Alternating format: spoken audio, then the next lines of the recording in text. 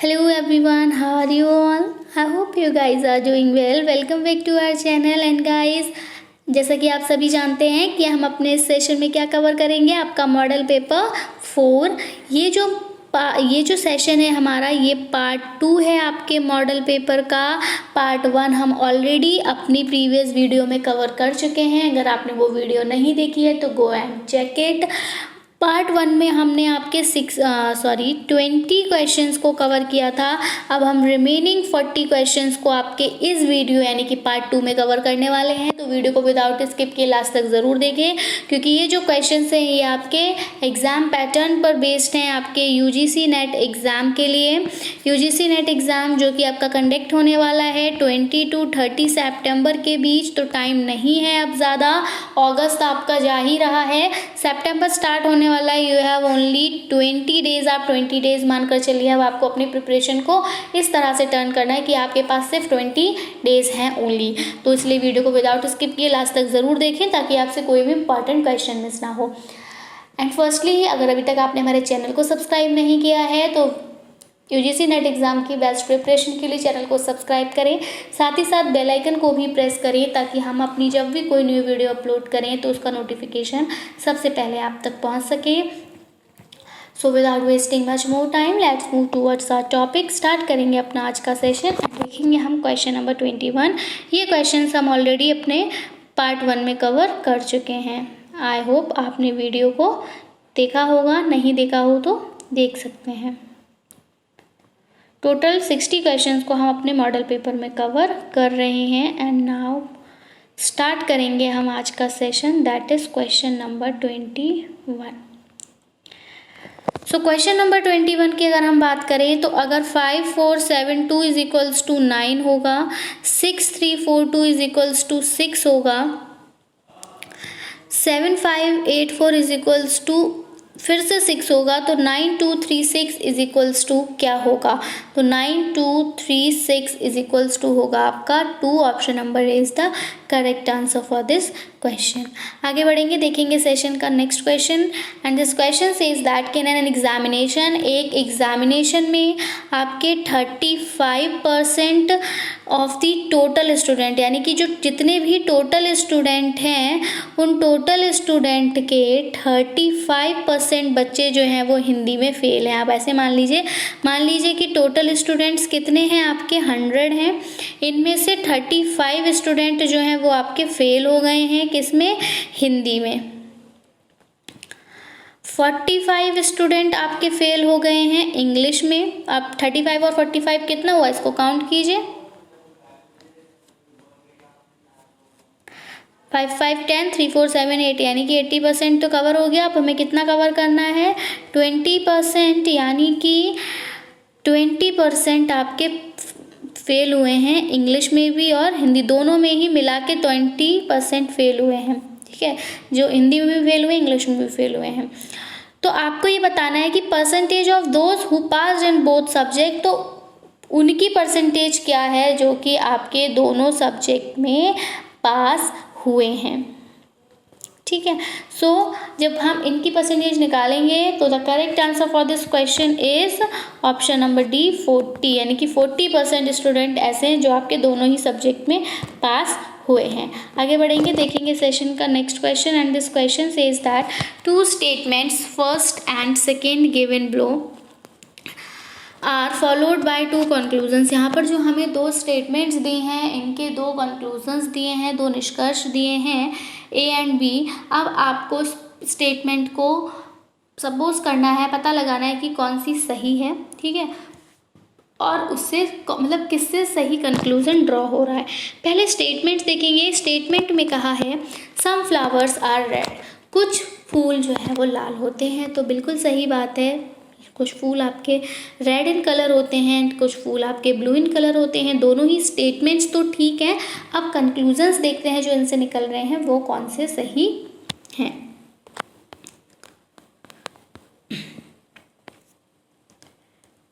Some flowers are neither red nor blue, यहाँ बोला है कि कुछ फ्लावर ना ही तो लाल होंगे ना ही ब्लू होंगे, तो ये तो बिल्कुल गलत है। दूसरा पूछा है कि some flowers are both red and blue, कुछ फ्लावर ऐसे होंगे जो रेड भी होंगे और ब्लू भी होंगे। हाँ, होते हैं कुछ फ्लावर्स में दोनों ही वेरिएशंस आपको दिखाई देती हैं, ठीक है।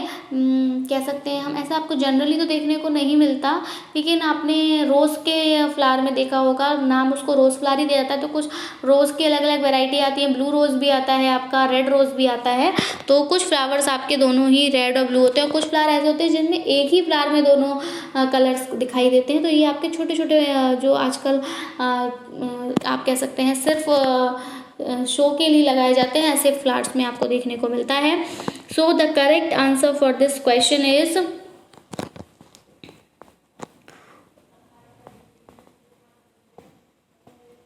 Only B follows, some flowers are both red and blue. तो option no sorry, the correct answer for this question, ये जो स्टेटमेंट है तो बिल्कुल गलत है। साथ ही साथ जो वहाँ पे ये हमसे ये कहा था कि कुछ फूल जो है वो लाल होते हैं और एक का कहा था कुछ फूल नीले होते हैं। तो कुछ होते हैं, ये नहीं कहा कि दोनों होते हैं। इसलिए यहाँ पे जब ये जैसे ही बोथ आ गया तो इसलिए ये ऑप्शन गलत हो गया। अगर बोथ नहीं आता तो ये ऑप्शन सही हो जाता। इसलिए यहाँ पर ना ही तो ए फॉलो करता है कंक्लूजन को, ना ही बी फॉलो करता है। Option number D is the correct answer for this question. आगे बढ़ेंगे, देखेंगे सेशन का नेक्स्ट क्वेश्चन। ये भी आपका स्टेटमेंट पर ही बेस्ड है। यहाँ पूछा है कि ऑल स्टूडेंट्स आर इंटेलिजेंट, सारे ही स्टूडेंट इंटेलिजेंट हैं। अगर ये सही है तो कौन सी स्टेटमेंट यहाँ पर फॉल होगी? तो सारे स्टूडेंट इंटेलिजेंट हैं, तो यहाँ आ गया नो स्टूडेंट आर इंटेलिजेंट, यानी कि कोई भी स्टूडेंट यहाँ पर इंटेलिजेंट नहीं है, ठीक है। And some students are intelligent, कुछ स्टूडेंट इंटेलिजेंट हैं, ठीक है। And some student are not intelligent. और आपसे यहाँ पर पूछा है कि कौन सी स्टेटमेंट गलत है। ये ध्यान रखिए, गलत के साथ टिक ना, चले सही वाला लगा दें। तो नो स्टूडेंट आर इंटेलिजेंट, कोई भी बच्चा इंटेलिजेंट नहीं है, तो ये ही स्टेटमेंट जो है ये आपकी गलत है, क्योंकि वहाँ पे कहा है कि सारे बच्चे इंटेलिजेंट हैं, ठीक है, तो वो सही है। लेकिन कहा कि कोई बच्चा इंटेलिजेंट नहीं, तो ये एक सही हो गया। अब कुछ बच्चे इंटेलिजेंट हैं तो ये सारों में आ रहा है, कुछ तो सारों में कुछ तो आ ही रहे हैं ना सभी में, तो इसलिए ये भी ठीक है।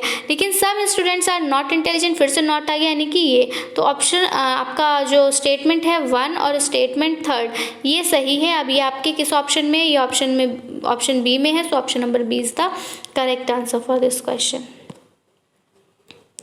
आगे बढ़ेंगे, देखेंगे सेशन का next question. And this question says that a reasoning where we start with certain particular statement and conclude with a universal statement is called. जो एक वो रीजनिंग जहाँ पर कि हम स्टार्ट करते हैं एक सर्टेन पर्टिकुलर स्टेटमेंट से और फिर उसको कंक्लूड करते हैं कि यूनिवर्सल स्टेटमेंट से, जो सभी के लिए वैलिड हो, उसको हम क्या कहते हैं? तो जो आपकी यूनिवर्सल ट्रुथ हो, ऐसा आप कंक्लूजन अगर निकाल रहे हैं तो ऐसी स्टेटमेंट को क्या कहा जाता है? ऐसी स्टेटमेंट को आपका इंडक्टिव रीजनिंग कहा जाता है। Option number B is the correct answer for this question. Now question number 26 says that what is the smallest number of ducks that could swim in this formation। अब आपको सबसे छोटा number बताना है किसका?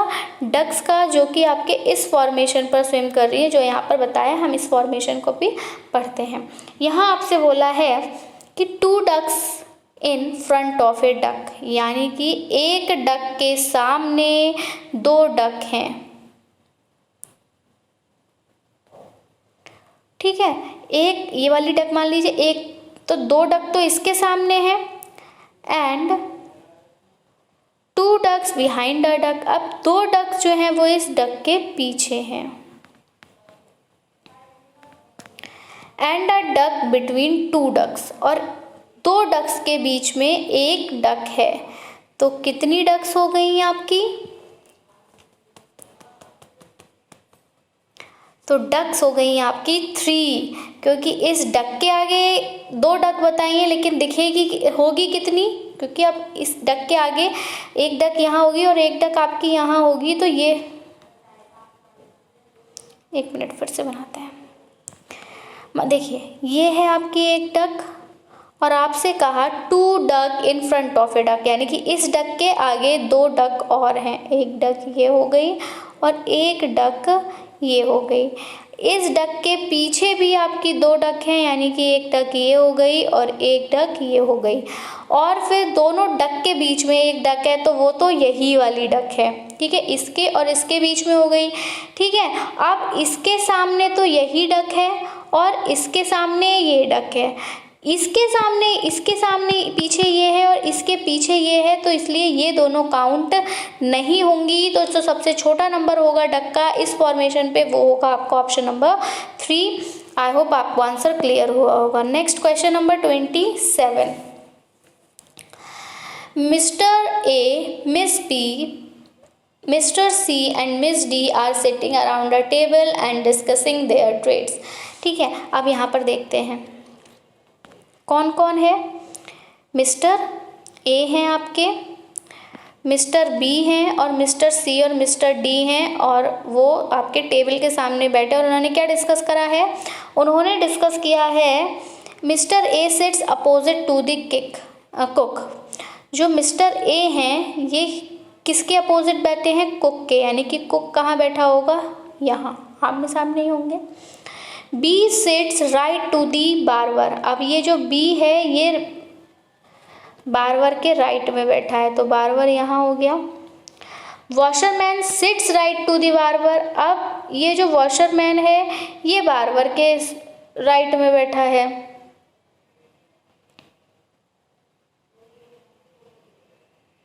अब ये बार्बर के राइट में बैठा है, यानी कि इसको इधर मान लीजिए।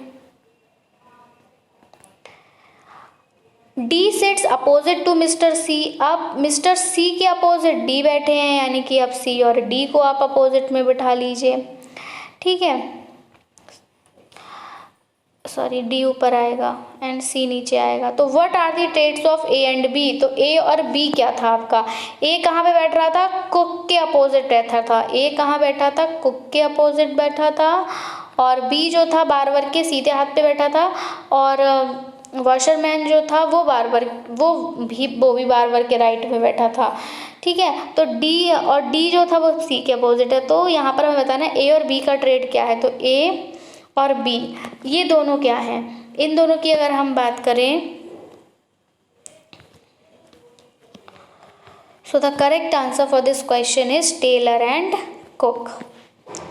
आगे बढ़ेंगे, देखेंगे सेशन का next question, and this question says that which one of the following method serve to measure correlation between two variables. 2 variables के बीच में अगर आपको एक रिलेशन स्थापित करना है तो इनमें से किस मेथड को आप इस्तेमाल करेंगे। स्कैटर डायग्राम को, फ्रीक्वेंसी डिस्ट्रीब्यूशन को, टू वे टेबल को, या फिर कोफिशिएंट ऑफ रैंक कोरिलेशन को।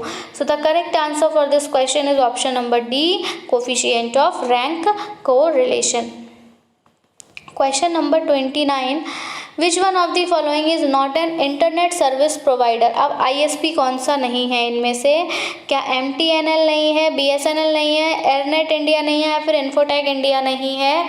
सो the correct answer for this question is infotech India. देखिए इंटरनेट सर्विस इंटरनेट आपको MTNL से मिलता है, BSNL से भी मिलता है, एयरनेट इंडिया से ही मिलता है, लेकिन इन्फोटेक इंडिया से आपको इंटरनेट नहीं मिलता, ठीक है। ये इंफॉर्मेशनल टेक्नोलॉजी की इंडस्ट्री है, कह सकते हैं हम, एक तरह का एक प्लेस है, ठीक है, लेकिन यहाँ से आपका इंटरनेट सर्विस की प्रोवाइडेशन नहीं होती है। आगे बढ़ेंगे, देखेंगे सेशन का next question number 30। The hexadecimal number system consist of the symbols. अब जो हेक्साडेसिमल यानी कि 6 डेसिमल वाला जो नंबर सिस्टम होता है वो किस सिंबल से मिलके बनता है। 0 से 7, 0 से 9, A एंड F, 0 से 7, A and F। So the correct answer for this question is option number B, 0, 9, A to F. Next one is the binary equivalent of -15, 10 is 2 is complement system is used. The correct answer for this question is option number A, 1 1 1 1 0 0 1. Next move towards next question and it's here 1 GB is equal to 1 GB की अगर हम बात करें तो ये कितने के बराबर होगी, तो ये होगी आपकी 2 to the power 30 बाइट्स। आगे बढ़ेंगे, देखेंगे सेशन का नेक्स्ट, क्योंकि आपको पता ही है कितनी MB होती है 1 GB में, तो आपकी 1000 MB होती है 1 GB में। ठीक है, आगे बढ़ेंगे, देखेंगे सेशन का next question. And this question is the set of computer program that manage the hardware software of a computer is called, यानी कि कंप्यूटर प्रोग्राम का एक वो सेट जो कि हार्डवेयर कंप्यूटर के हार्डवेयर और सॉफ्टवेयर को मैनेज करता है, उसको क्या कहा जाता है? उसको कहा जाता है आपका क्या कंपाइलर सिस्टम, क्या ऑपरेटिंग सिस्टम, या फिर ऑपरेशन सिस्टम या ऑपरेटिंग सिस्टम है, नन ऑफ दीज। तो आप सभी को पता है कोई भी ऐसा सेट कंप्यूटर प्रोग्राम का जो कि आपके कंप्यूटर के हार्डवेयर और सॉफ्टवेयर को मैनेज करता है, तो वो क्या कर रहा है? उसको ऑपरेट कर रहा है, यानी कि that is operating system. Next question number 34 is SMIME in internet technology stands for, यानी कि आपको इसका फुल फॉर्म देना है। फुल फॉर्म की अगर हम बात करें तो ये है आपकी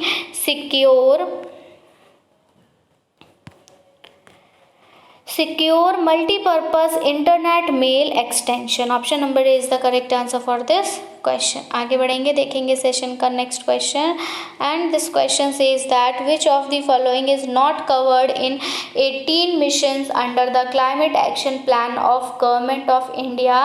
इन गवर्नमेंट ऑफ इंडिया का जो क्लाइमेट एक्शन प्लान है उसके अंतर्गत आपका इनमें से कौन सा मिशन जो है उसको कवर नहीं किया गया था?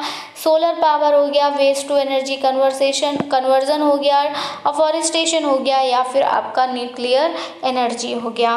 तो देखिए सोलर पावर तो आपको पता ही है कि सोलर पावर पर जो गवर्नमेंट ऑफ इंडिया थे इनका मिशन था सोलर पावर को बढ़ावा देना, इसीलिए वो आप देख रहे हैं कि गांव वगैरह में सोलर पैनल्स का यूज़ किया जा रहा है। वो लोग सनलाइट को ट्रैप करते हैं इलेक्ट्रिसिटी को कंडक्ट करने के लिए। तो ये ऑप्शन तो आपका गवर्नमेंट ऑफ इंडिया के एक्शन प्लान के अंतर्गत आता है, इसलिए ये पर ये गलत हो जाएगा। Next waste to energy conversion, या फिर दूसरी बात आपकी जो गवर्नमेंट ऑफ इंडिया थी उसने क्या आपको सिखाया कि आपको वेस्ट से क्या करना है, एनर्जी को वेस्ट से आपको एनर्जी कन्वर्ट करनी है। इसका एग्जाम्पल क्या रहता है आपका बायोमास एनर्जी, क्योंकि बायोमास जो है वो आपका वेस्ट ही होता है। जैसे आप गोबर गैस का इस्तेमाल करते हैं तो गोबर क्या है, एक तरह से काव डंग है जो कि आपका एनिमल से निकलने वाला वेस्ट है। उस वेस्ट का इस्तेमाल करके इलेक्ट्रिसिटी को जनरेट किया जा रहा है। तो वेस्ट टू एनर्जी कन्वर्जन भी यहाँ पर आपका climate action plan of government of India के अंतर्गत आ रहा है। नेक्स्ट अफॉरेस्टेशन, तो ये तो बहुत पुराने समय से चला आ रहा है। डिफॉरेस्टेशन को रोका गया तभी अफॉरेस्टेशन को बढ़ावा दिया गया। पेड़ लगाना ही अफॉरेस्टेशन कहलाता है।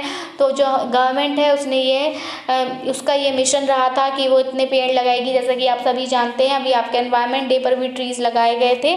तो पेड़ लगाना अफॉरेस्टेशन भी क्लाइमेट एक्शन प्लान के अंतर्गत आता है गवर्नमेंट ऑफ इंडिया के, लेकिन न्यूक्लियर एनर्जी के अंतर्गत अभी ये नहीं आता। ठीक है, सो option number D is the correct answer for this question.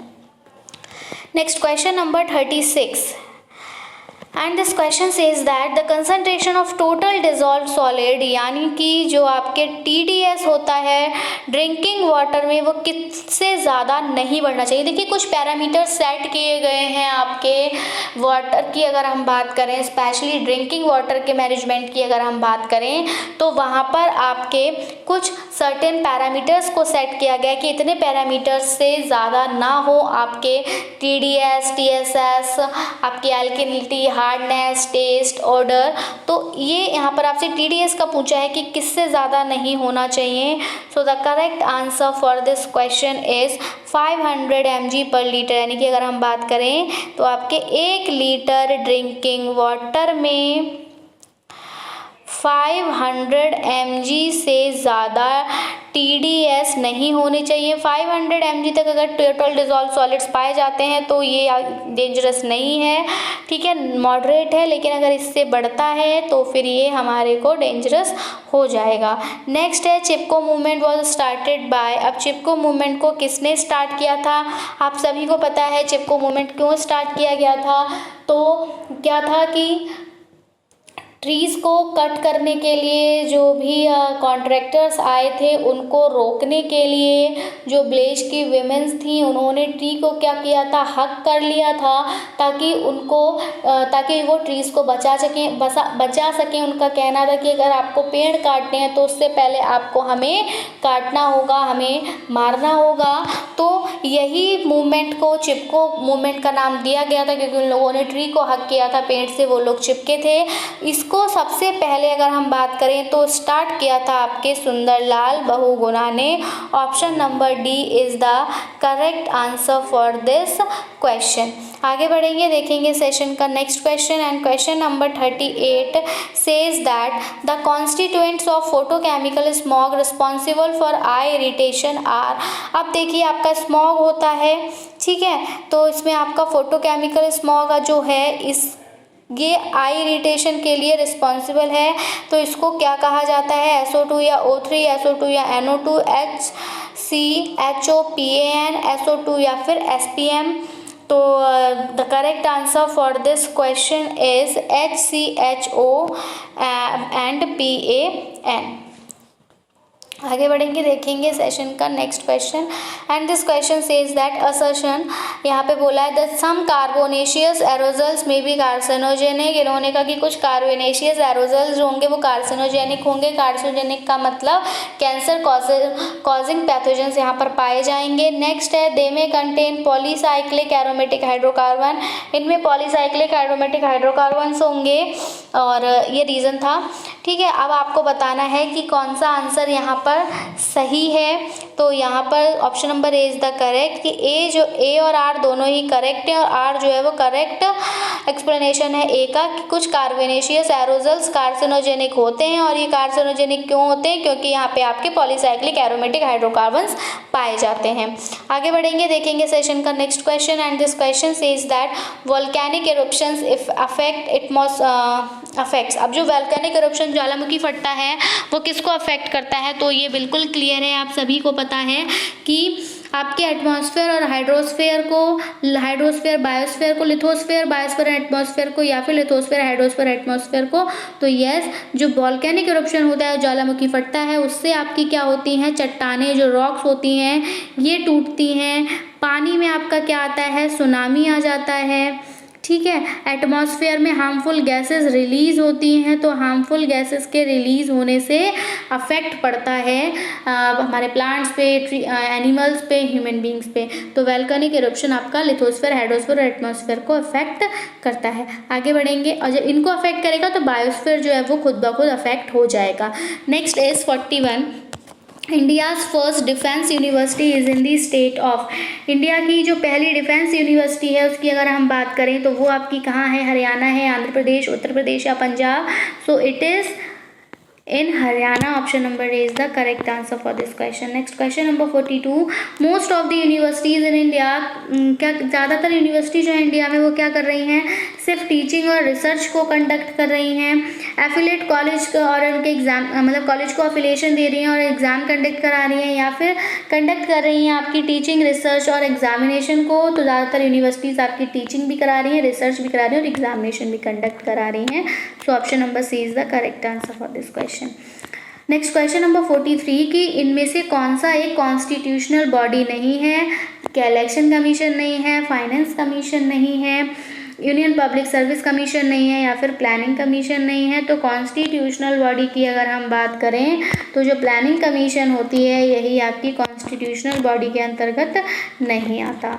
Next is which one of the following statement is not correct. अब इनमें से कौन सी स्टेटमेंट जो है वह आपकी करेक्ट नहीं है। Indian parliament is supreme. India की जो पार्लियामेंट है वो सर्वोच्च है। The supreme court of India has the power of judicial review. Judicial को रिव्यू करने की जो शक्ति है वो सुप्रीम कोर्ट पे है इंडिया के। या फिर यहाँ पर डिवीज़न है पावर्स की सेंटर्स और स्टेट्स के बीच में, या फिर यहाँ पर काउंसिल है मिनिस्टर्स की प्रेसिडेंट को एडवाइस देने के लिए। अब यहाँ पे पूछा है कौन सी स्टेटमेंट सही नहीं है, तो सही कौन सी नहीं है, कि जो सुप्रीम कोर्ट है इंडिया की उसके पास में जुडिशियल रिव्यू का पावर है।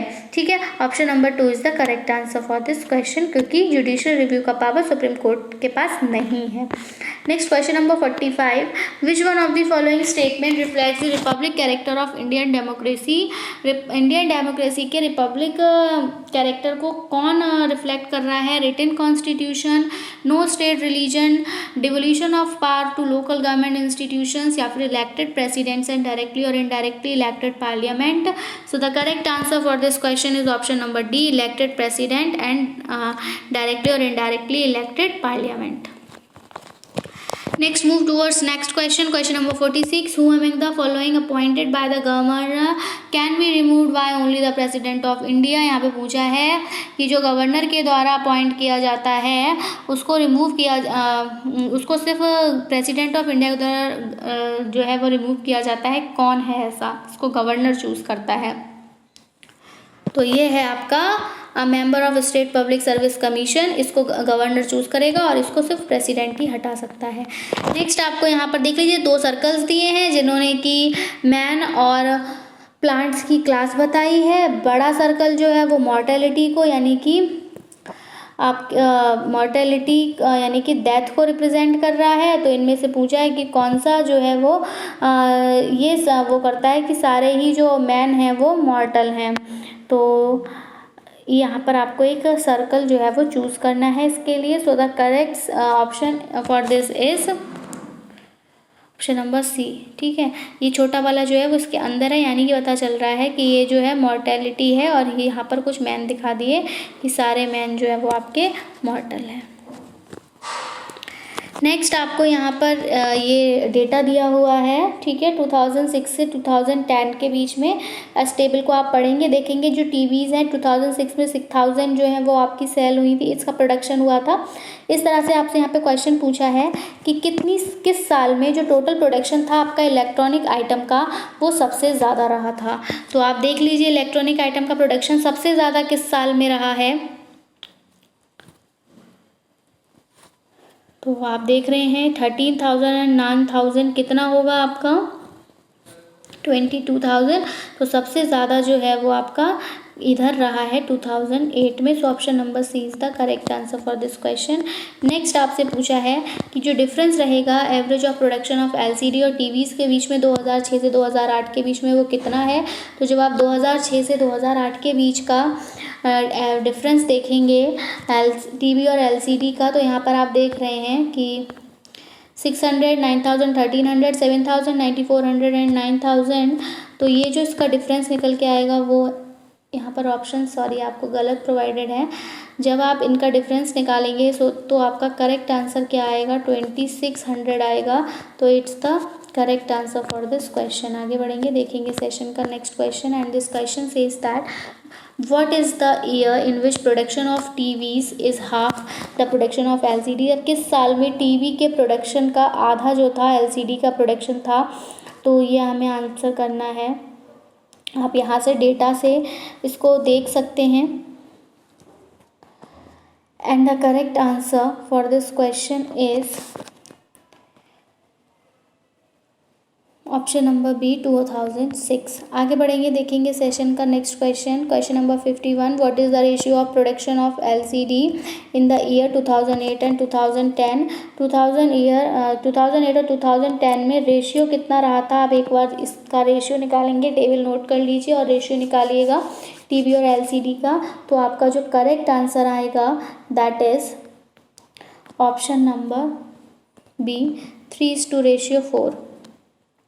Next, what is the ratio of production of TVs in the year 2006 to 7। Table आप चाहें तो एक बार स्क्रीनशॉट ले लीजिए, मुझे बार बार शो करना पड़ रहा है। टीवी का स्क्रीनशॉट ले लीजिए और फिर आंसर को मार्क करेंगे and the correct answer for this question is 2:3।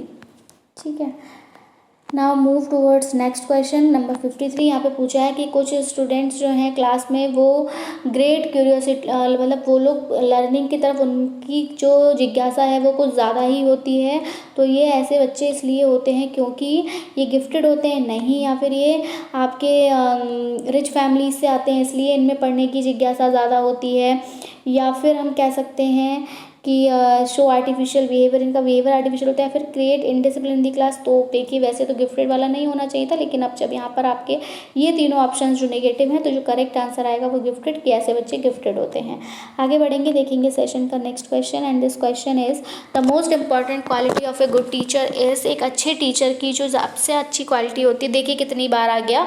तो the correct answer for this question कि उसको अपने सब्जेक्ट मैटर की साउंड नॉलेज होनी चाहिए। यहाँ पर ऑप्शन चेंज किया है लेकिन क्वेश्चन सेम ही है, जो कि हम काफ़ी बार डिस्कस कर चुके हैं।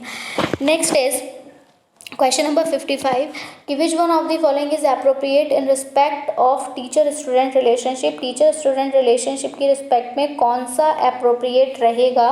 So it is cordial and respectful. Yes, respect होनी चाहिए टीचर और स्टूडेंट के रिलेशन में। नेक्स्ट है एकेडमिक परफॉर्मेंस जो है स्टूडेंट की उसको इम्प्रूव किया जाएगा अगर पेरेंट्स को इनकरेज किया जाए सुपरवाइज करने के लिए अपने बच्चे के काम में। ठीक है, पेरेंट्स अगर होमवर्क वगैरह चेक करते हैं या फिर कराते हैं तो फिर बच्चे का यहाँ पर इम्प्रूवमेंट अच्छा होगा, क्योंकि टीचर घर जाके बच्चे का होमवर्क नहीं कराएगा।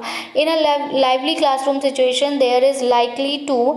एक लाइवली क्लासरूम सिचुएशन में क्या होगा, तो अगर हम बात करें इसके करेक्ट ऑप्शन की तो it is frequent teacher student dialogue, मतलब फ्रिक्वेंट टीचर और स्टूडेंट के डायलॉग चलेंगे।